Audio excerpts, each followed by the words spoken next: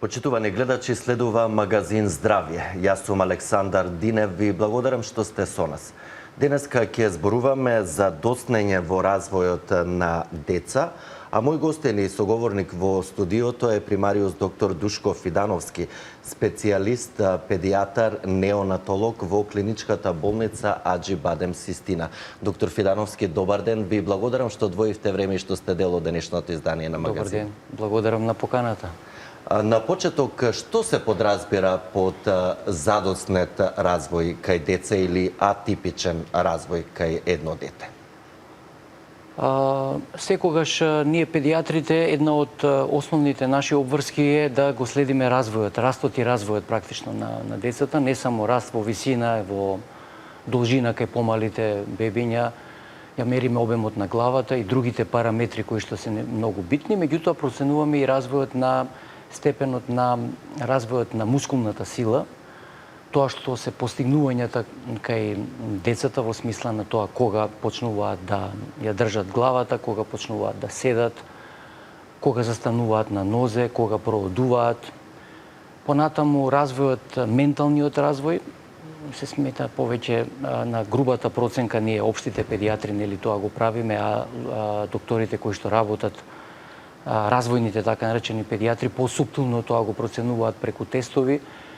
Какви се нивните ментални достигнувања во смисла на тоа каков е, например, фондот на зборовите, колку јасно ги искажуваат зборовите, кога тоа почнуваат да го прават, каква е нивната комуникација со околината, како се однесуваат, дали е тоа однесување соодветно или не соодветно, како се однесуваат со другите деца,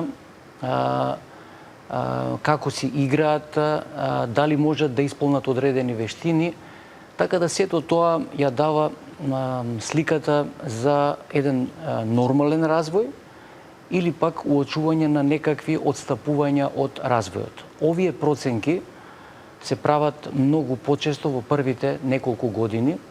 Се смета дека во првите 2 години треба детето да се следи поднос на неговиот раст и развој многу често, барем еднаш до 2 пати во текот на месецот треба да помине педијатриски преглед, во кој што секако задолжително е проценка на развојот, а подоцна поретко, бидејќи тогаш се воочуваат, можат првпат да се воочат некои отстапувања од развојот и доколку се воочат да се почне со ран третман. Докажано е, како и кај голем број на други состојби, дека раниот третман дава најдобри резултати, посебно во периодот од првата година па и втората година, кога постојат можности за регенерирање на некои предсемозочни функции. Така е. Кога сме кај задоснетиот развој, имам представа дека се почесто среќаваме деца кои имаат атипичен развој. На што се должи тоа? Кои се причините за едно дете да не може да има нормален раст и развој? Па причини има познати, кои што спаѓаат во групата на така наречени ризикофактори за да настане некој отстапување во развојот. Значи тоа се така наречени ризични деца, пред се ризични новородени, значи на самото раѓање се воочуваат некои состојби кои што даваат ризик понатаму да развојот не биде како што треба, да речеме една голема група на деца кои што може да имаат пречки во развојот е недоносеност. Значи децата што предвремено се раѓаат и децата со многу мала родилна тежина. Тоа е позната група на деца кај кои што треба посебно да се обрне внимание и е многу битен развојот, не само преживувањето, сега веќе преживуваат и бебиња родени во 23-24 недела со по 500 до 700 грама, меѓутоа не е само да преживее тоа дете, него да има квалитетен живот. Кај нив се очекува да има некакви отстапувања поголеми или помали во развојот. Понатаму голема група на деца кои што се на време родени, меѓутоа имале некаква ризична бременост кај мајката, да речеме, не знам, мајки со хипертензија, повозрасни мајки, првородки, помлада возраст на мајката, на родителот. Понатаму постоење на хронични болести кај мајката, хипертензија, диабетот, да речеме, инфекциите веќе ги спомнавте, можат исто така да представуваат ризикофактор, некои вродени аномалии како што се кардиопатиите, вродени аномалии на черепот, на главата, на расцепот, на непцето, сето тоа се групи на состојби кои што може да доведат до ризикофактор. Влијание на штетни лекови во текот на бременоста, во раниот неонатален период, употреба на лекови, посебно во текот на бременоста, кај мајките кои што дојат исто така преку лактацијата, може тие лекови да се изложат психотропни субстанции, злоупотреба, значи така да сето тоа е ризикофактор. Генетика, да, тоа сакав да се надоврзам. Колкава улога има токму генетиката? Игра огромна улога. Значи, докажано е, да речеме, еве кај една од сега состојбите кои што многу често се спомнува и се зборува, тоа е аутизмот или спектар на аутистичната состојба. Кај него, да речеме, генетиката игра голема улога. Секогаш кога има едно дете кое има во фамилијата аутизам, да речеме братче или сестриче, веќе кај другото дете се очекува да има сериозен проблем. Но и во нивните поколенија идни, предпоставувам. И во нивните поколенија се работи за посебна структура на хромозомите, посебно на 10-тиот хромозом, кој што може да биде со несоодветна структура и кој е носител, да речеме, на овие состојби кои што водат поголем ризик кон аутизам, а и други синдроми кои се поврзани со хромозомски или генетски аномалии, исто така можат да бидат предиспозиначки фактор. Тука се и влијанијата екзогени секогаш, значи освен медикаментите, лековите кои што ги спомнав, различни токсини на кои што ние сме постојано изложени, дали од земјата, дали од водата, дали од живееме во загадена средина, енормно загадување. Исто така дополнително можеби научните студии за некоја година ќе потврдат. Она што еве веќе кога го спомнав аутизмот, она што веќе сигурно е докажано дека најмалото влијание или никакво влијание нема она што многу се зборува. Да, вакцините. Дека се вакцините причина, пред се ММР-от, па и другите вакцини, се должи на една студија пред многу десетини години која излезе, која потоа беше побиена, беше несоодветна, повлечена, докторот беше со одземена лиценца и така натаму, меѓутоа направи голема штета во медицината воопшто и практично последиците и доправа ќе се чувствуваат. Ги гледаме сега последиците токму на тоа невакцинирање преку враќањето на болестите, иначе нема никаква асоциација на, барем не е докажана до сега во една издржана научна студија дека постои асоциација на самата вакцина, самиот вирус или бактерија што се дава или оние саплементи што се на вакцината дека можат штетно да делуваат и да доведат до поинаков развој на мозок. Атипичен развој кај детето, вклучително и аутизам. Тука ќе ги поканеме и нашите гледачи. Почитувани, доколку имате прашање за денешната тема доцнење во развој кај деца и сите состојби кои се проследени токму со ова состојба, односно задоцнет развој или атипичен развој, може слободно да се јавите вашето прашање, да го поставите директно во програмата на телефонскиот број 0231165566. Мој денешен гостин и соговорник во студиото е примариус доктор Душко Фидановски, специјалист, педијатар, неонатолог во клиничката болница Аџи Бадем Систина. Доктор Фидановски, кога го споменавме аутизмот, кои се други состојби и заболувања се причина, резултат на кога говориме за задоцнет, односно атипичен развој кај едно дете? Да, па да речеме испади во моториката може да има, како што реков, да доцни во одењето, во седењето, во нормалното движење. Тоа е еден од знаците. Таму може да биде зафатена и интелигенцијата, менталниот статус, меѓутоа не мора да биде. Тоа се групата голема на, да речам, на церебрални парализи.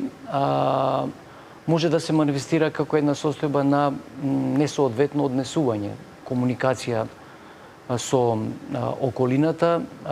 Со другарчињата пред се врсниците? Да, неговиот социјален статус, односно состојба во кој што неговиот развој, однос на социјализацијата е отежнат, несоодветно реагирање на некои состојби, хиперактивно или пак многу благо, незаинтересираност за околината. Понатаму може да се јават проблеми во едукацијата на тие деца, значи тоа се деца кои што не може да задржат концентрација, значи може да се манифестира и така атипичниот развој, не постигнуваат соодветни достигнувања во кои што можат да ги постигнат просечните деца на нивната возраст. Имаат проблеми со пишување, имаат проблеми со читање, тоа е така наречената дислексија, значи не го разбираат тоа што го прочитали или не можат да својот мисловен процес го репродуцираат во форма на реченица напишана на хартија или на компјутер, до состојби на некакви присилни состојби, како што се, да речеме, јадење на земја, јадење на малтер, јадење на тоа се тие пики, појава на ноќното мокрење исто така може да спаѓа во групата. Така наречената енуреза, до сериозни отстапувања во смисла на растројства, како што се, да речем, биполарните состојби, тоа се веќе психијатриски состојби на однесување, депресијата, понатаму една голема група на деца кои што се со така наречениот синдром на хиперактивност. Хиперактивни деца. Тоа се хиперактивни деца, не застануваат, народски речено, да. Не ги држи место, така да и тоа може да представува еден знак на атипичен развој, така да сето ова или неколку од овие работи кои ги нафрлив може да се вклопат во нешто што станува збор дека се работи за атипичен развој или несоодветен развој. Да ги слушнеме прашањата и од нашите гледачи, ќе продолжиме околу диагностиката и знаците и на која возраст родителите треба што да обрнат внимание на кои симптоми. Почитувани во програма сте, повелете. Добар ден. Добар ден. Ве слушаме, во програма сте, повелете.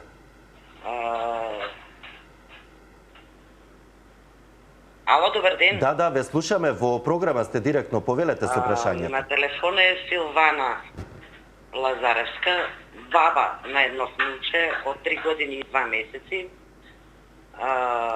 Имам прашање, поздрав до водителот, поздрав до докторот. Детето го носиме сега баш на испитување. Сакам прво да кажам за вакцините. Ние почнавме да си го вакцинираме, родено ни е 33-та недела, 8 месече, како го викаат. Меѓутоа имаме 3 години и 2 месеци, имаме проблем со говорот. Посетуваме веќе скоро година дена логопед. Кажува мама, баба, кога сака, кога не, разбира се што ќе му се каже. Почнавме со вакцините, прими прво 6-валентна, прими втора 6-валентна. Еве го слушаме во позадина. Урок од 5 минути со втората 6-валентна се исипа детето цело. И застанавме.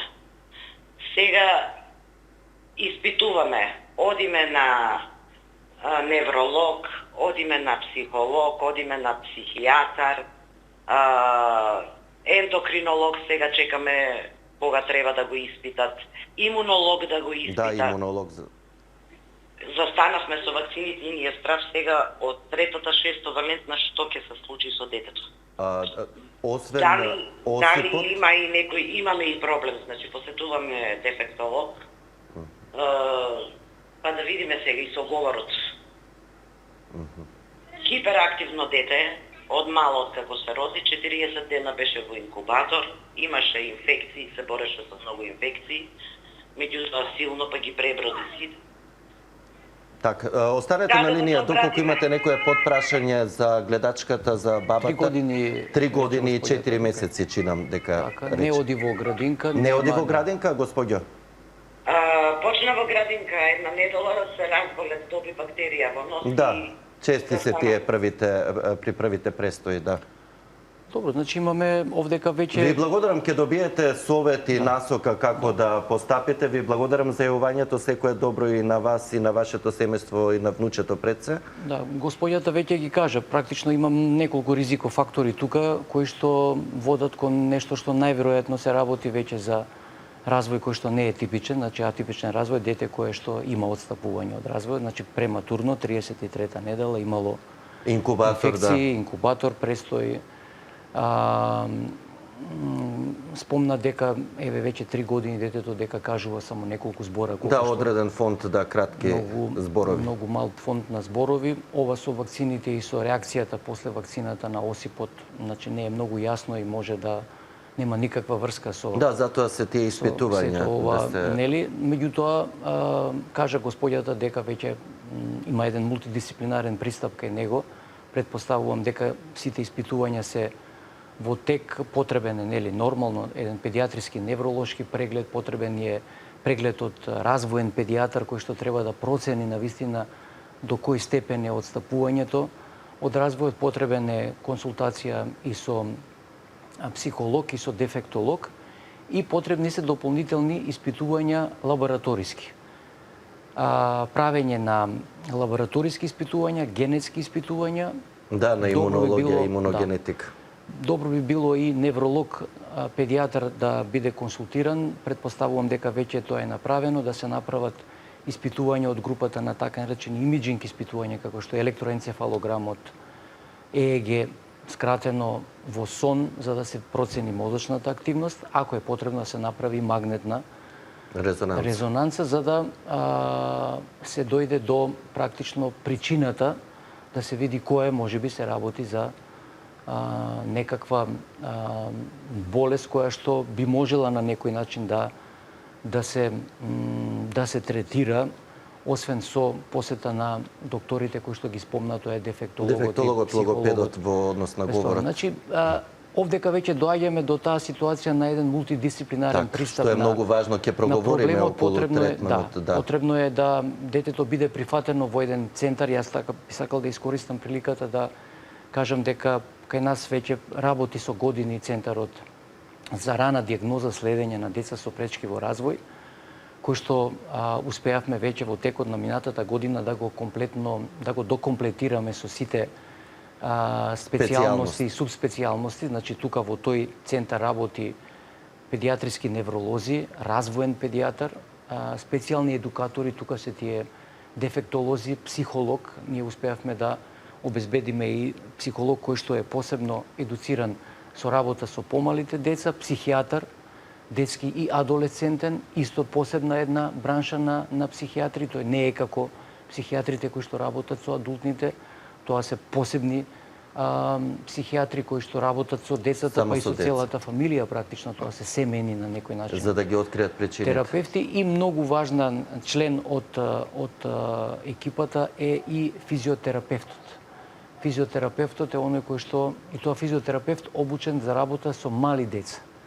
Значи, деца до 2-3 години, кај нив е многу тешко да се, пошто тие не соработуваат, да работи на развојот на моториката.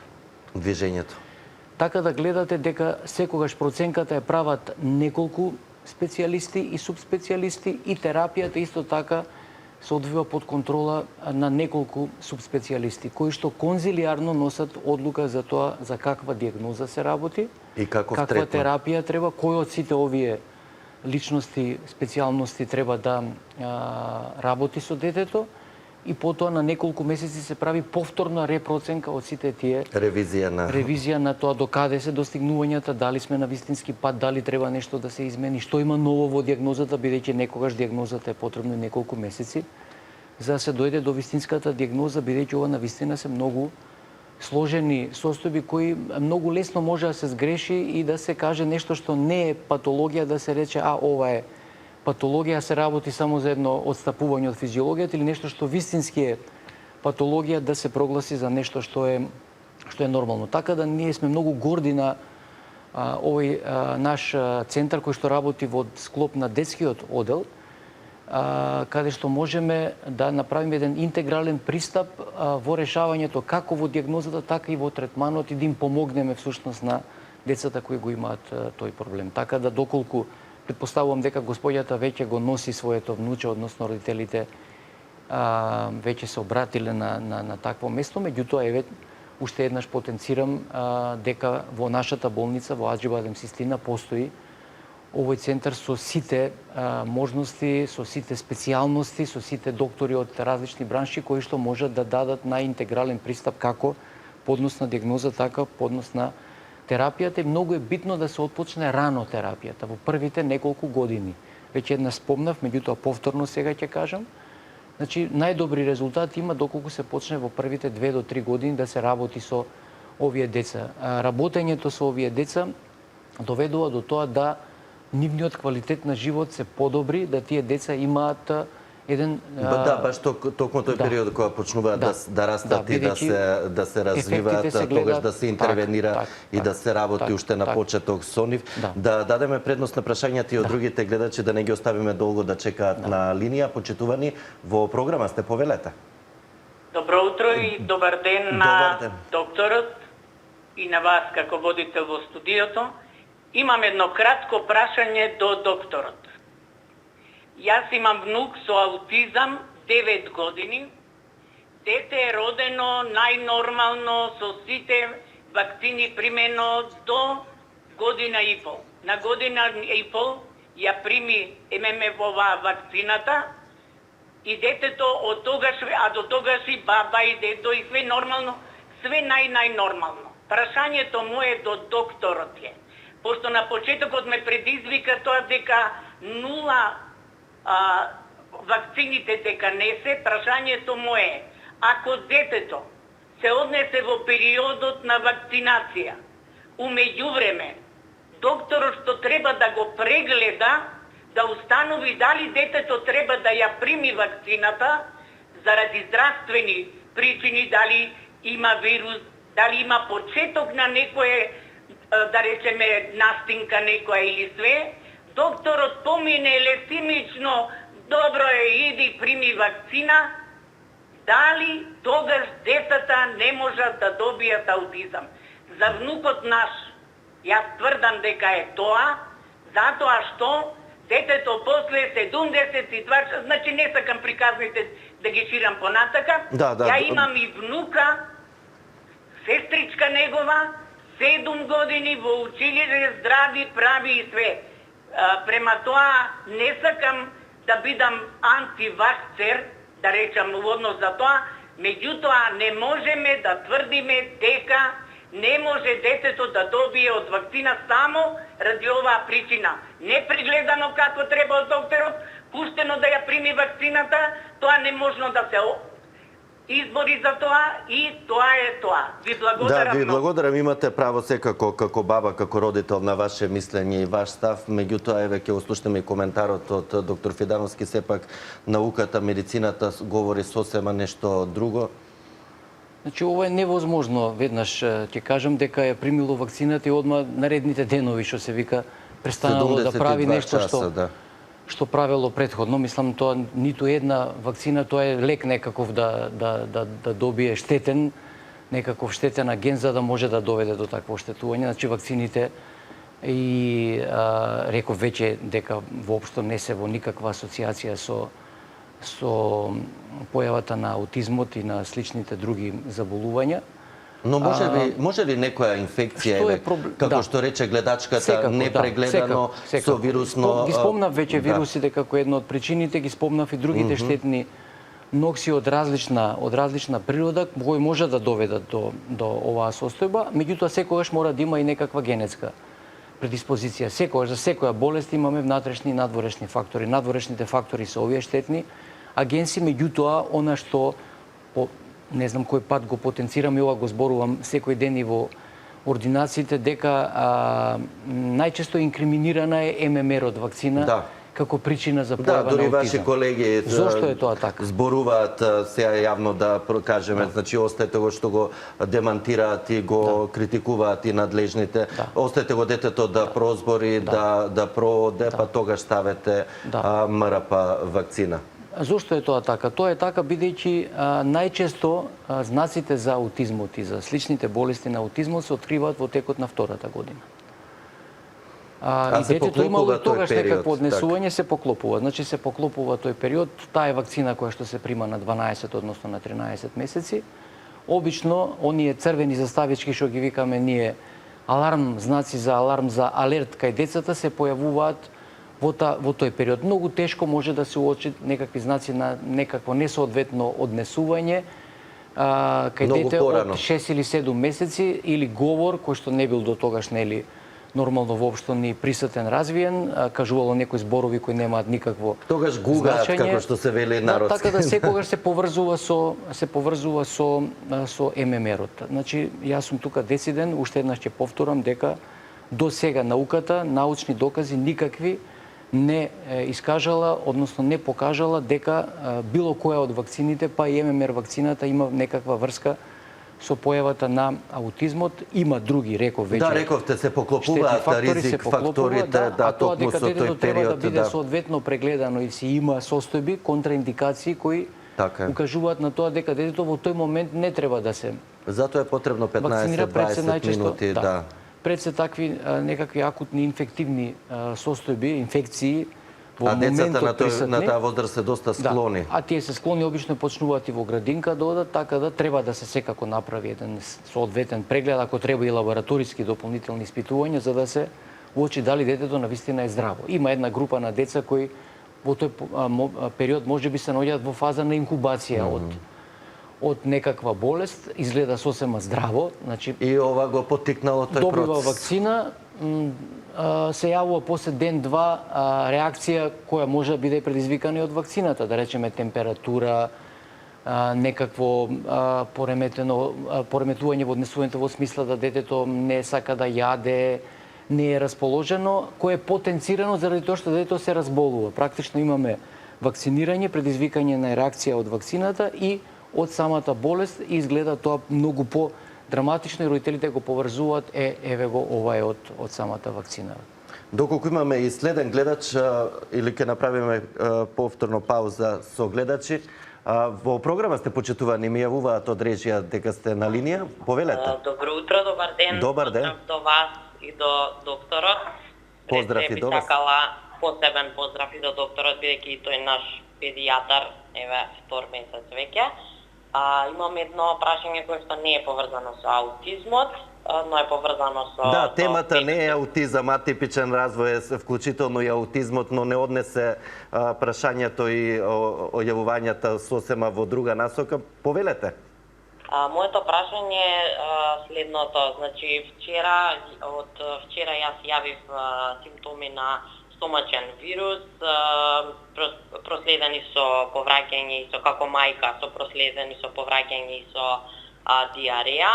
Бев примена во болницата Цистина, значи бев ординирана со терапија, гатразол, профиксам, реглан, витамини. Сега ме интересира колку време после тоа не треба да се дои бебето, односно да се прочисти дали цел ден и дали млекото, например, што го пие од замрзнувач, веќе користено, доколку не го испи цело, смее да се реупотреби во текот на денот повторно. Тоа е моето прашање за првиот ден, бидејќи баш ми е свежо и денес се случува тоа. Ви благодарам, веднаш ќе добиете одговор и совет како да постапите, токму и ова е во доменот на специјалноста на нашиот денешен гостен доктор Фидановски. Добро, мислам дека колку што слушнав, не се тоа некои лекови кои што би делувале посебно штетно на детето на мајчиното млеко. Да, на мајчиното млеко. Преку Мислам се мајчиното излачува се преку мајчиното млеко, меѓутоа јас секогаш им давам совет да лекот што треба да го пијат, да го испијат откако ќе го пред да го надојат, откако ќе го надојат детето, а не да биде непосредно пред тоа за да се даде шанса нели да не дојде до контакт со детето или пак да поминат барем 6 до 12 часа од земањето на лекот ако мора да се тој земе. Ова лекови кои што ги спомна господјата, мислам дека и ја познав по гласот, ја поздравувам. Да, рече дека ве познава и вас, дека сте вие педијатар на нејзиното дека не се детенце. лекови кои што подолго време ќе ги прима, тоа е акутна состојба која што е минлива по однос на млекото замрзнатото млеко, да. Значи може да се користи, постојат специјални кеси во кои што се чува тоа млеко замрзнато. До 3 месеци може да се чува, после тоа треба да се употреби, претходно треба да се одмрзне и да се загрее, нели, на соодветна температура на 36 степени за да му се даде на детето, иначе може да се користи до 3 месеци од моментот на замрзнување. Ви благодарам за одговорот во име на гледачката. Ќе вклучим уште неколку гледачи, пред се темата предизвика интерес и денеска да ги слушнеме и нивните прашања. Почитувани во програма сте, повелете. Добар ден. Добар ден, ве слушаме. Поздрав до докторот, поздрав до вас. Поздрав Имам и до- едно кратко прашање. Јас имам внук 3 години, веќе во 4-та е влезен и не може да изговори буквата Р. Сакам да ми одговорите зошто е тоа така. Само буквата А Р, имате дали те сврзува реченица, дали кажува други зборови? Други зборови кажува непрестанно зборува. Се знае, само буквата Р не може да ја вели. Так. Да. Да, ќе ви даде одговор доктор Фидановски, меѓутоа ова прашање е по-конкретно за логопед. Секако ќе имаме во некое наредно издание на магазин, а често каниме гости логопеди токму за овие состојби поврзани со говорот, меѓутоа накратко може да одговорите. Кои што се појавува по однос на развојот на говорот и неможност за може тоа да се јасно коригира, да не изговарање. биде загрижена така да, мислам дека гледачката. може да се коригира, само сепак треба да се направи една Да, проценка да. дали е само тоа или има и нешто друго, значи дали е тоа целата слика или има некакви други Р и Л, отстапувања. тие се најчестите обично се букви деца на таа кои што- возраст. Да. Така да ова е точно за дефектолошко, логопедски Логопед, практично да. третман. Тоа се нашите, ние имаме двајца специјални едукатори. Поново се дефектолози, викаат специјални така се викаат едукатори и сега, рехабилитатори, да. Кои што покрај другото работат и со исправањето на вакви потешкоти по однос на изговарањето на некои букви и зборови. Така. Доколку имаме и следен гледач во програма, сте почитувани, повелете. Добар ден. Дали се слушаме? Повелете, во програма сте. Да. Повелете, Ало. ве слушаме, повелете со прашањето. Се јавувам од Охрид. Поздрав до вас и до Охрид. Сакам да ве прашам нешто за врска со мојата внука. Повелете. Девојчево е 6 во 7 година. Да. Да, 6-7 години, така. Повелете, Ама и продолжи. други некои ми зборови, тато. Не, вие сама се слушате, бидејќи телевизорот ви е пуштен. Угаснат е скроз. Добро, продолжете. Девојчево буквите и читат сите. Бројите ги знаат сите. Аутизам имат. Го носиме на логопед од негде од 3-та година. И сега колку што иде девојчево некако не задоволуваат нас. Одеме по доктори секаде, беше сега таму во државна болница, уште во Систина веќе имат мерак татко да го носит, да видиме што ќе му речете. Гледам, слушам убави зборови, сега се на дефектолог во Охрид, а јас од целска насада ви се јавува бабата.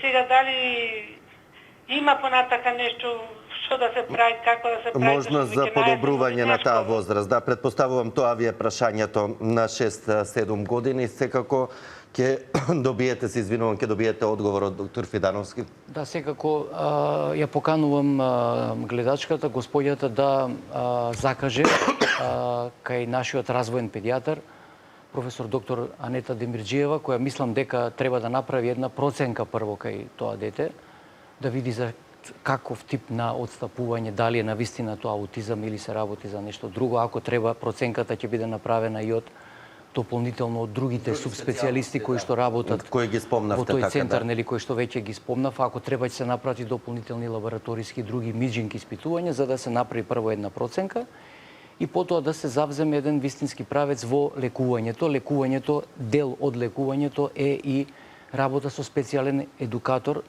дефектолог, практично, кој што и рехабилитатор кој што преку различни Вежби, начини на едукација техники. имаат можност да овие деца им помогнат во однос на тоа што е отстапувањето. Дали се работи за проблем во социјализацијата, дали е во проблем во однесувањето, во комуникацијата, начинот на изражување на своите емоции, значи постојат 6-7 години за доцнето ли ова конкретно што беше? Малку е веќе за доцнето, да. За жал, најдобрите резултати се постигнуваат во првите 5 години ако се отпочне со терапијата, меѓутоа никогаш не е доцна да се почне. Да, желбата, инспирацијата и мотивот секогаш треба да бидат присутни. Треба упорно да се работи. Затоа уште еднаш потенцирам, значи е многу важно следењето на децата од првиот ден практично, што го имаме ние како интегрален пристап во нашата болница, всушност грижата за децата почнува уште пренатално, преку редовните прегледи и следење на бременоста и уочување на некакви отстапувања од нормалата кај плодот, кај фетусот. Едукативно делуваме кај идните родители со специјални предавања што ги имаме за трудниците, каде што го зборуваме покрај другото и овие работи за кои што денеска зборуваме, на кои што им уочуваме на родителите каде можат да уочат дали има некакви отстапувања од нормалото кај нивните деца за да се јават кај соодветен стручњак. Понатаму, кај нас, грижата во нашата болница продолжува после раѓањето. Значи, остануваат тие пациенти неколку дена после породувањето, 3 или 4 дена, зависно од начинот на породувањето. Следењето продолжува понатаму преку редовни консултативни прегледи во нашата амбуланта неонатолошка. На колку време треба да се носат бебињата, новороденчињата, бидејќи сте неонатолог, значи веднаш по породувањето, кога се тие клучни и важни прегледи? Веднаш после породувањето, интензивен мониторинг, практично неколку пати во текот на денот од страната нашите педиатри, неонатолози се прави додека е детето уште во болницата. Значи, тоа се 3 или 4 дена. По исписот, ние имаме пракса да имаме неколку прегледи кои се бесплатни, кои се во склоп на тоа што го платиле за породувањето, каде што доаѓаат и каде што ги следиме овие промени во тежината пред се, меѓутоа и во воспоставувањето на лактацијата и уочување на некакви отстапувања од нормалата, од физиологијата. Тоа е во текот на првиот месец. Значи имаме 3 до 4 прегледи во текот на првиот месец, а потоа редовно, рутински ги гледаме еднаш месечно.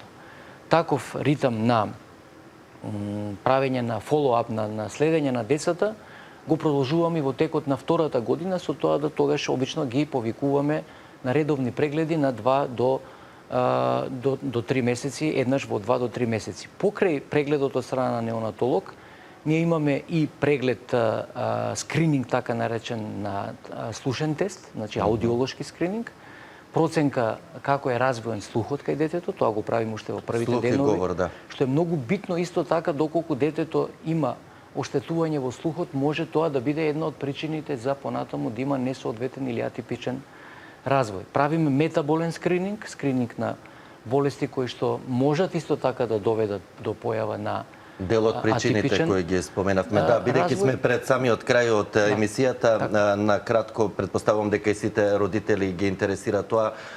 На која возраст да очекуваат родителите што од детето? Значи, кога треба да почне да зборува, кога треба да почне да оди, да се движи, значи тоа е груба една проценка. Груба проценка, да. Детето прво ја држи главата нели исправено, не му паѓа, тоа е новородено до некаде после првиот, вториот месец.